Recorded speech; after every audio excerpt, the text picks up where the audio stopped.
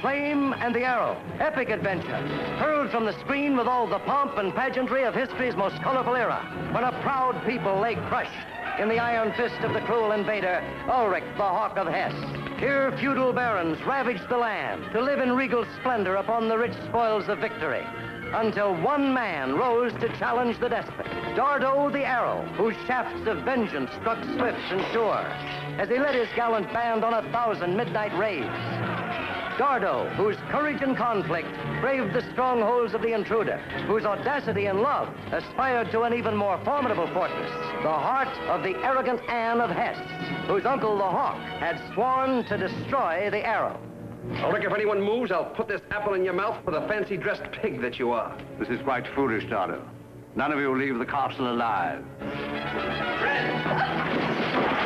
It's Burt Lancaster in the most different portrayal of his exciting career as Dardo, Virginia Mayo as Anne, whose proud spirit defied any man to tame her. Get out.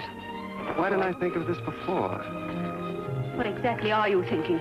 Seems a shame that such a pleasant conversation should end like this. What are you going to do? I'm afraid I have to kill you.